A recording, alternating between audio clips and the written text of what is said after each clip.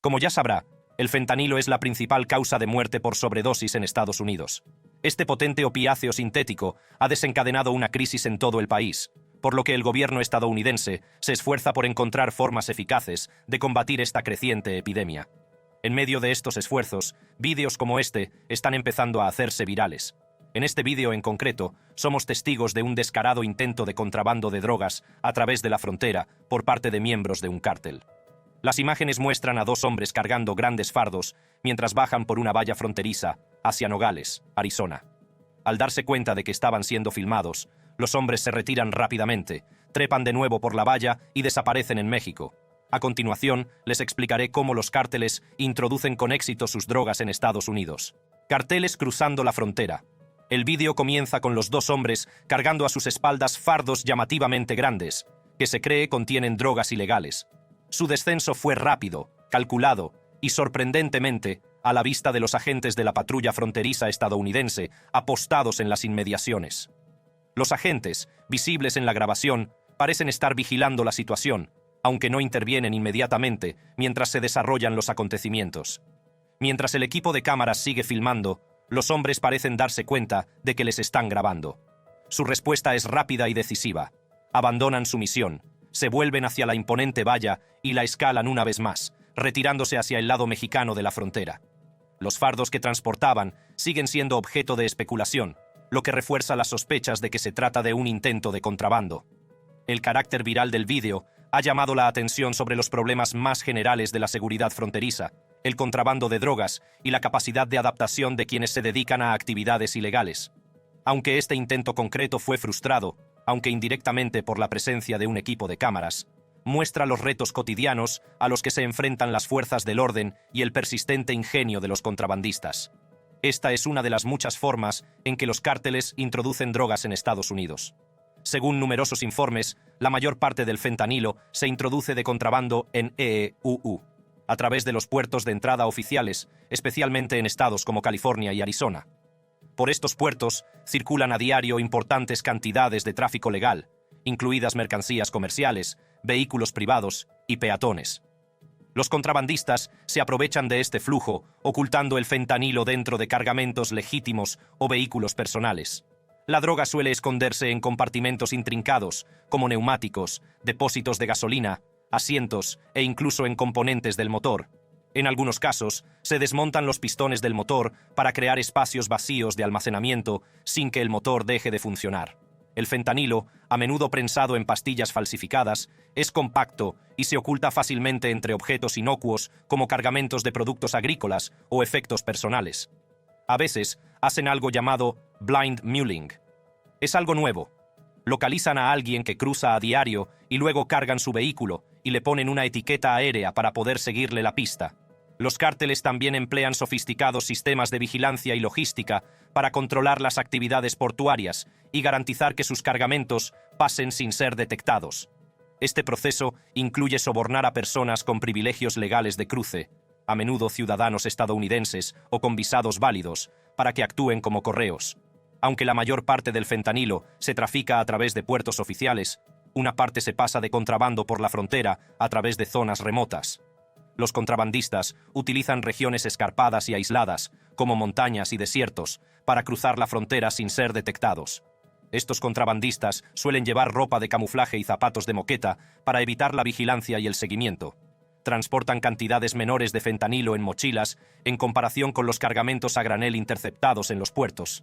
Sin embargo, las cantidades encontradas mediante estos métodos son menores en comparación con las grandes cantidades incautadas en los puertos de entrada. La detección en estas regiones remotas es un reto debido a su inmensidad y aislamiento. Los traficantes se aprovechan de estas condiciones y a menudo combinan el tráfico de personas con el de drogas, aunque la mayoría de los migrantes no transportan drogas. Los traficantes innovan constantemente sus métodos de ocultación para eludir la detección.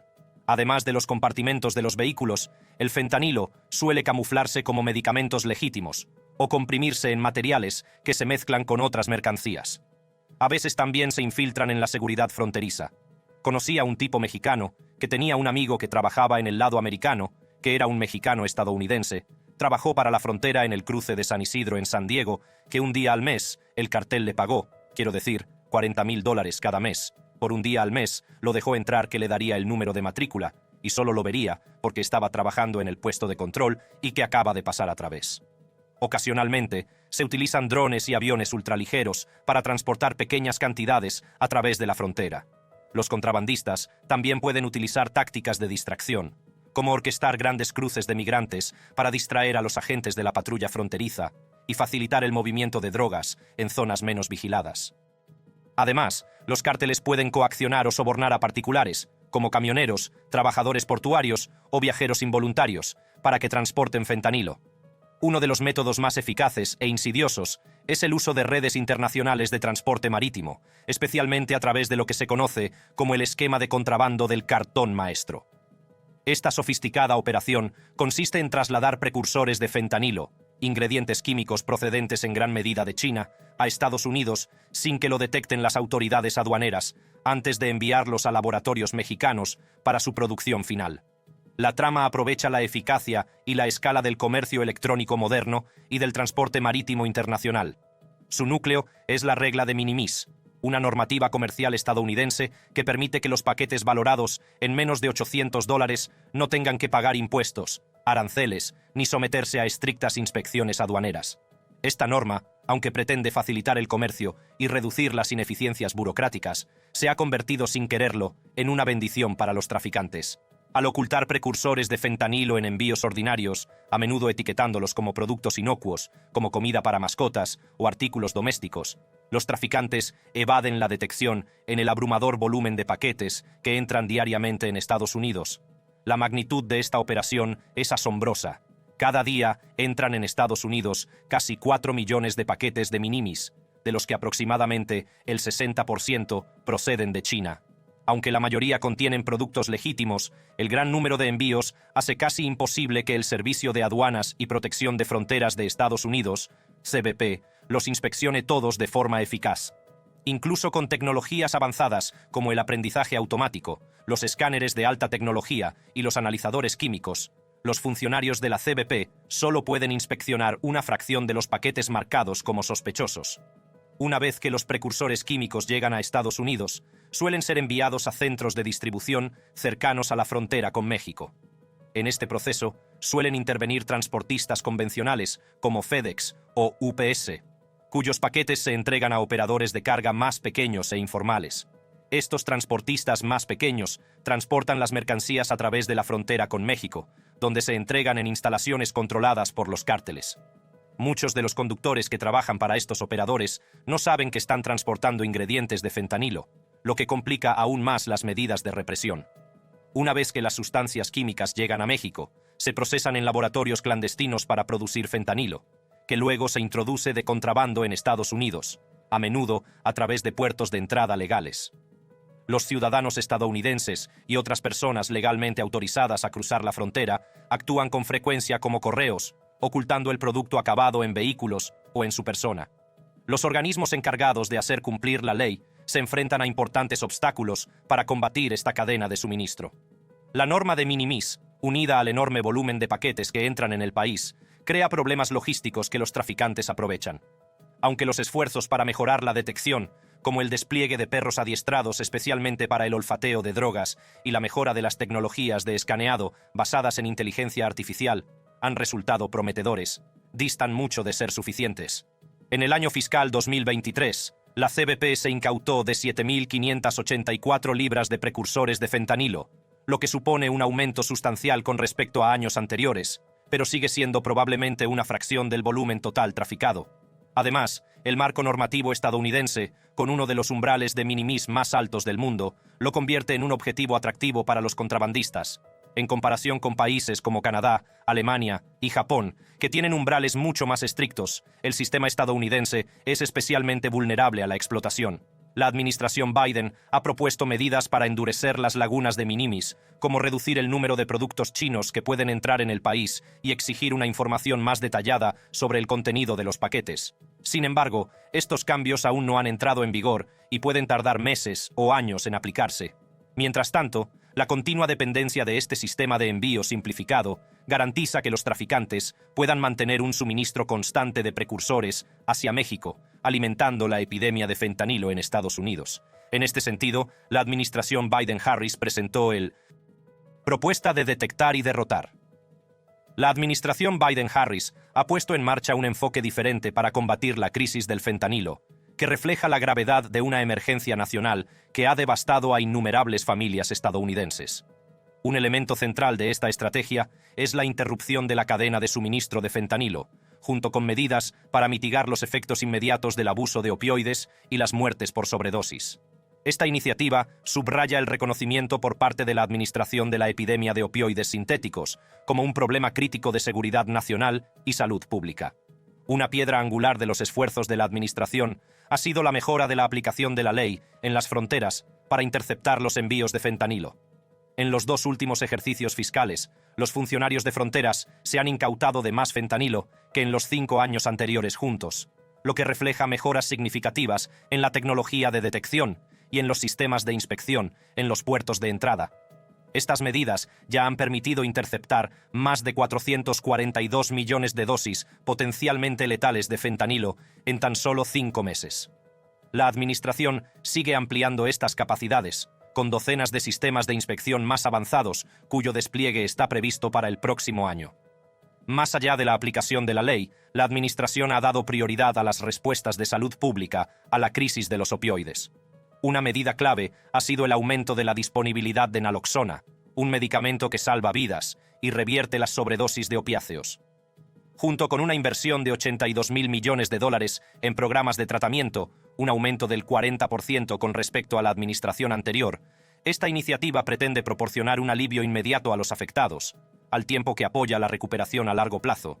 Estos esfuerzos se alinean con el objetivo más amplio de la administración de reducir las muertes por sobredosis, que han comenzado a disminuir por primera vez en 5 años. Para hacer frente a la naturaleza global del tráfico de fentanilo, la Administración ha aprovechado las sanciones económicas para interrumpir las redes financieras que apoyan el tráfico de drogas. Una orden ejecutiva emitida en 2021 ha dado lugar a sanciones contra más de 300 personas y entidades implicadas en el tráfico, aislándolas del sistema financiero estadounidense. Estas sanciones complementan los esfuerzos de colaboración internacional, como la renovación de la cooperación antinarcóticos con China, las asociaciones regionales con México y Canadá, y el establecimiento de una coalición mundial que une a más de 150 países contra las amenazas de las drogas sintéticas. Un componente esencial de la estrategia de la Administración es su Memorando de Seguridad Nacional, NSM, que intensifica la coordinación entre organismos y la recopilación de información para contrarrestar la evolución de las tácticas de los traficantes. El memorando ordena a los departamentos federales que adopten medidas más proactivas para interrumpir la producción y distribución de opioides sintéticos, centrándose tanto en la cadena de suministro ilícita como en los precursores químicos. La Administración también ha propuesto al Congreso la propuesta Detectar y derrotar contra el fentanilo. Esta iniciativa incluye medidas para reforzar la capacidad de las fuerzas de seguridad en la frontera, como la mejora del seguimiento de los millones de paquetes de bajo valor que explotan los traficantes. La propuesta también pretende establecer un registro nacional de prensas y tableteadoras de pastillas, que garantice una mayor responsabilidad y control sobre los dispositivos utilizados en la producción de pastillas de fentanilo falsificadas. Además, aboga por clasificar permanentemente las sustancias relacionadas con el fentanilo como drogas de la lista I, imponiendo penas más estrictas a su posesión y distribución. A pesar de estos esfuerzos, los retos persisten. El abrumador volumen de envíos internacionales que entran en EEUU, unido a la explotación por parte de los traficantes de lagunas comerciales como la norma de minimis, subraya la complejidad de la crisis. La Administración está trabajando para hacer frente a estas vulnerabilidades mediante tecnologías de detección avanzadas, como escáneres y analizadores químicos basados en inteligencia artificial, así como mediante el adiestramiento de perros detectores de drogas especializados en la detección de precursores de fentanilo. Las detenciones y enjuiciamientos de líderes y operativos de alto rango de los cárteles siguen siendo una prioridad, con éxitos recientes como la detención de figuras clave de los cárteles de Sinaloa y Jalisco Nueva Generación. Estas acciones desbaratan las capacidades operativas de las principales organizaciones de traficantes, enviando un mensaje contundente sobre las consecuencias de dedicarse a la producción y el comercio de drogas sintéticas. El enfoque de la administración también hace hincapié en la importancia del apoyo legislativo bipartidista y la cooperación mundial. La epidemia de opioides trasciende las fronteras, por lo que es necesario coordinar los esfuerzos para hacer frente a las dimensiones transnacionales del tráfico de drogas sintéticas. Combinando la aplicación de la ley, las medidas de salud pública y la diplomacia internacional, la administración Biden-Harris pretende atajar las causas profundas de la crisis y aliviar al mismo tiempo su devastador impacto en las comunidades de todo Estados Unidos. Aunque se han realizado progresos, la administración reconoce que es esencial mantener los esfuerzos para lograr resultados duraderos. La crisis del fentanilo exige una estrategia adaptable y a largo plazo, que aborde tanto la oferta como la demanda, garantizando que se pierdan menos vidas a causa de esta devastadora epidemia. Ahora bien, todos sabemos que todas estas acciones han sido ineficaces, lo que algunos podrían haber dicho que es la razón por la que Donald Trump ganó las elecciones. Ya ha empezado a tomar medidas.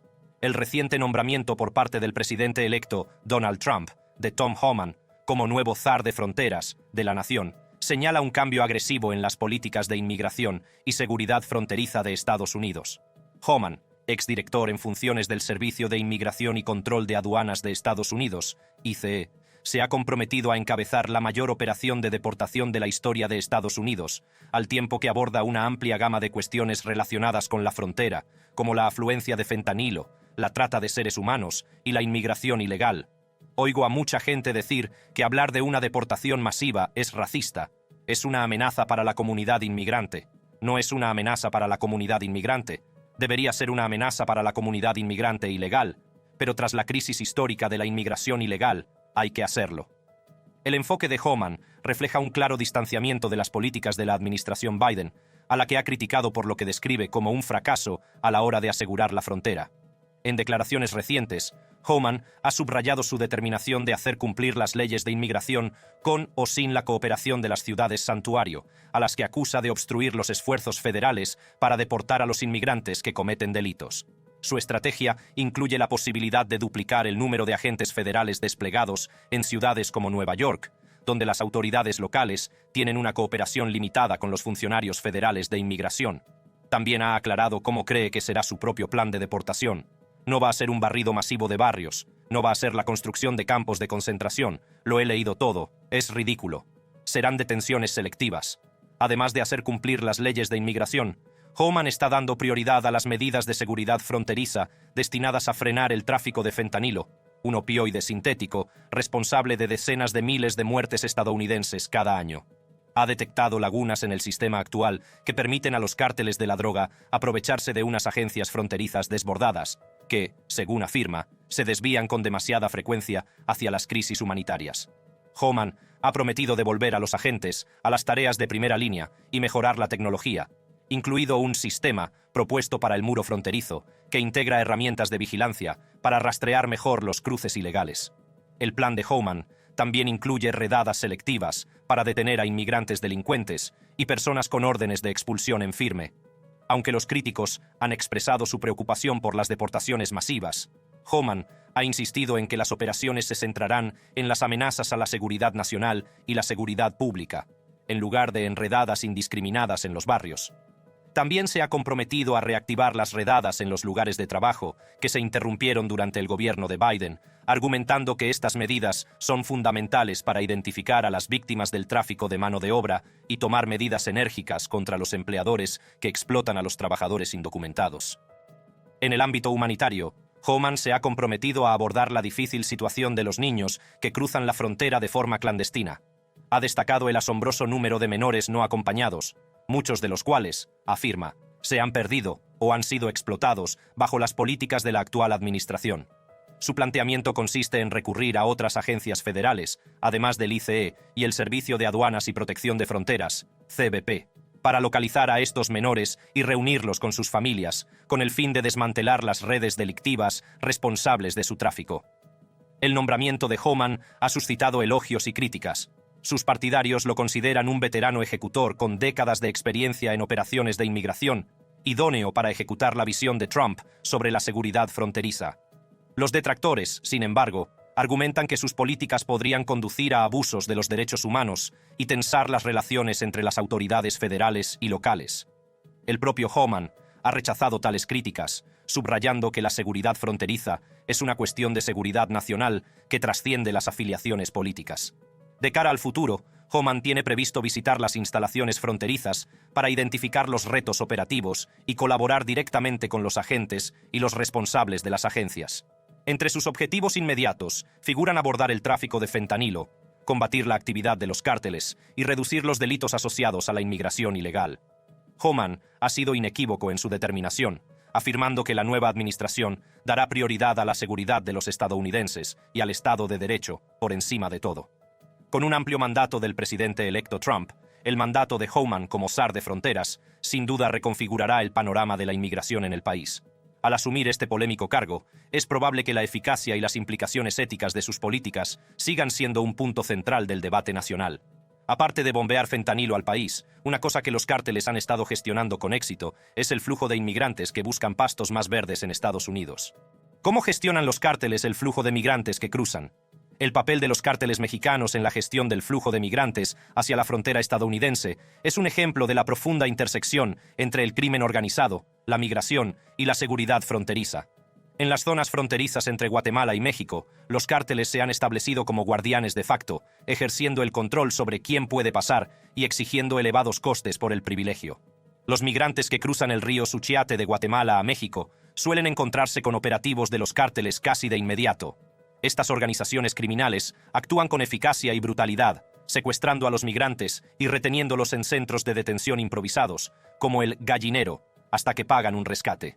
El dominio de los cárteles es tan pronunciado que determinan el movimiento de miles de migrantes a diario, a menudo justo delante de las autoridades mexicanas, que parecen no querer o no poder intervenir.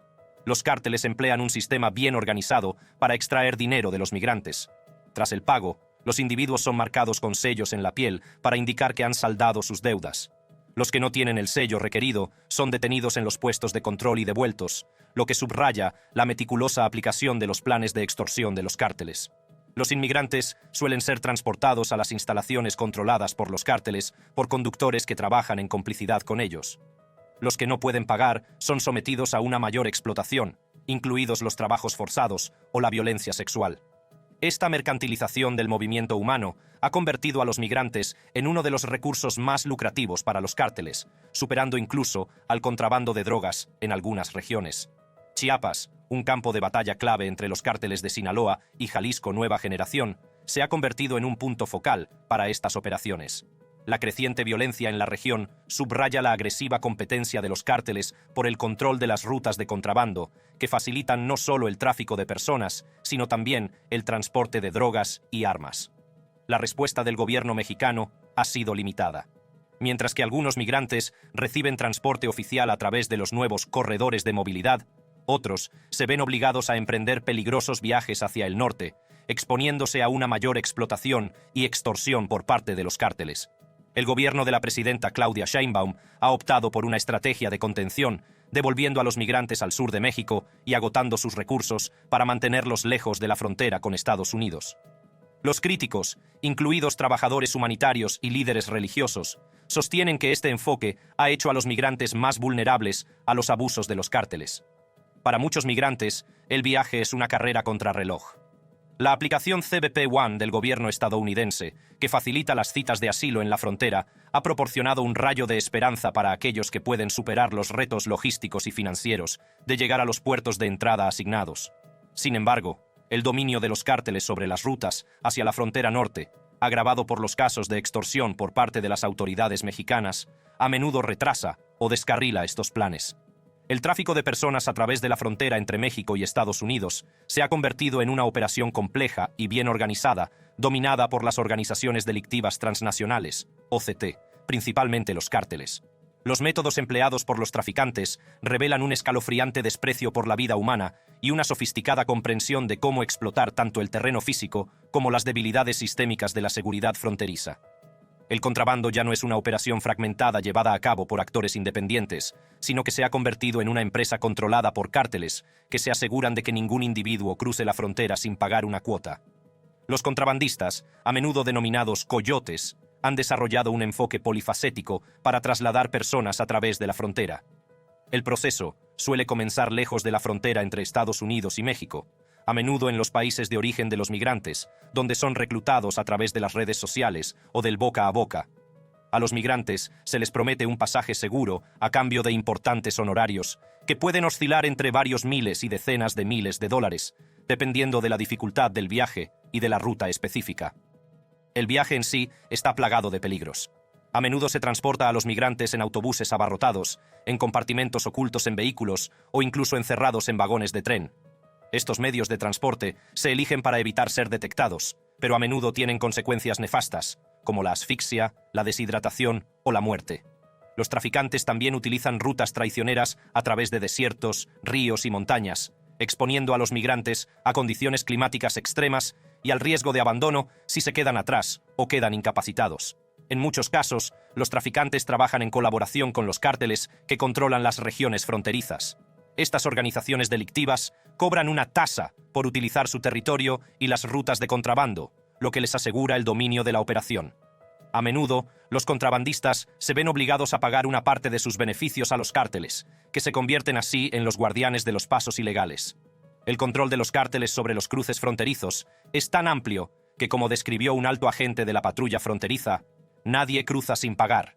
Esta afirmación subraya el control exhaustivo que los cárteles ejercen sobre todo el proceso. Cada centímetro de la frontera está dividido en territorios controlados por diferentes facciones de los cárteles, como el Cártel de Sinaloa o el Cártel Jalisco Nueva Generación. Los migrantes que intentan cruzar estas zonas sin autorización de los cárteles se enfrentan a consecuencias brutales, como palizas, violencia sexual o incluso la ejecución. Los cárteles imponen su control mediante diversas tácticas. Emplean a jefes de plaza que supervisan secciones específicas de la frontera y determinan quién puede pasar y a qué precio. Las tarifas varían según el método de cruce y el destino. Por ejemplo, cruzar por tierra puede costar entre $8,000 y $12,000, mientras que cruzar por agua puede costar entre $12,000 y $20,000. Los migrantes que no pueden pagar estas tarifas suelen ser coaccionados para que transporten drogas o realicen otras tareas para los cárteles como pago. Los cárteles también emplean tecnologías de vigilancia, como drones, para vigilar las actividades de la patrulla fronteriza y garantizar el buen funcionamiento de sus operaciones. Utilizan pulseras para rastrear a los migrantes, clasificándolos por estado de pago y tipo de servicio de contrabando prestado. Este nivel de organización garantiza que nadie eluda su sistema, consolidando aún más su dominio. Además de controlar quién cruza la frontera, los cárteles utilizan estratégicamente grandes grupos de migrantes para abrumar a los agentes de la patrulla fronteriza.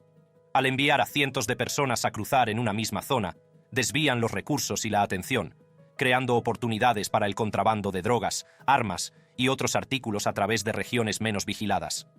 Estas tácticas no solo ponen a prueba la seguridad fronteriza de Estados Unidos, sino que también ponen en peligro las vidas de los inmigrantes utilizados como peones en estos planes. Los cárteles también se aprovechan de los esfuerzos humanitarios de rescate. Colocan deliberadamente a los migrantes en situaciones peligrosas, como abandonarlos en zonas desérticas remotas o pedirles que crucen ríos peligrosos, a sabiendas de que los agentes estadounidenses darán prioridad a su rescate. Mientras los agentes están ocupados salvando vidas, los cárteles mueven mercancías ilícitas a través de secciones no vigiladas de la frontera. Para los propios migrantes, el viaje es un calvario angustioso. Se les trata como mercancías, sin apenas tener en cuenta su seguridad o bienestar. Muchos sufren abusos físicos y emocionales a manos de contrabandistas y miembros de cárteles. Las mujeres y las niñas, en particular, se enfrentan a un alto riesgo de violencia sexual, hasta el punto de que es habitual que tomen píldoras anticonceptivas antes de iniciar el viaje como medida de precaución contra las violaciones.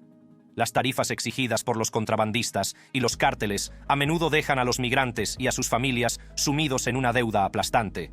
Los que no pueden pagar por adelantado pueden aceptar pagar a plazos después de llegar a Estados Unidos, lo que los hace vulnerables a una mayor explotación, incluidos los trabajos forzados u otras formas de esclavitud moderna. Algunos inmigrantes son incluso víctimas de la trata dentro de Estados Unidos y vendidos como esclavos o prostitutos para pagar sus deudas. La afirmación de que nadie cruza sin pagar es un crudo reflejo del monopolio de los cárteles sobre los pasos fronterizos ilegales. Este control va más allá del acto físico de cruzar la frontera y abarca toda la operación de contrabando, desde la captación y el transporte hasta la extorsión y la aplicación de la ley. La capacidad de los cárteles para beneficiarse del tráfico de seres humanos está profundamente entrelazada con la crisis fronteriza en general. lo que pone de relieve la necesidad de un enfoque polifacético para abordar el problema. Los esfuerzos para combatir el contrabando y el control de los cárteles deben ir más allá de las estrategias tradicionales de aplicación de la ley.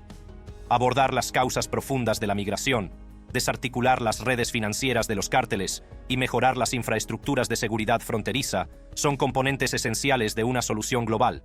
Además, proporcionar ayuda humanitaria y vías legales para la migración puede ayudar a reducir el número de personas que recurren a traficantes y cárteles en su desesperación.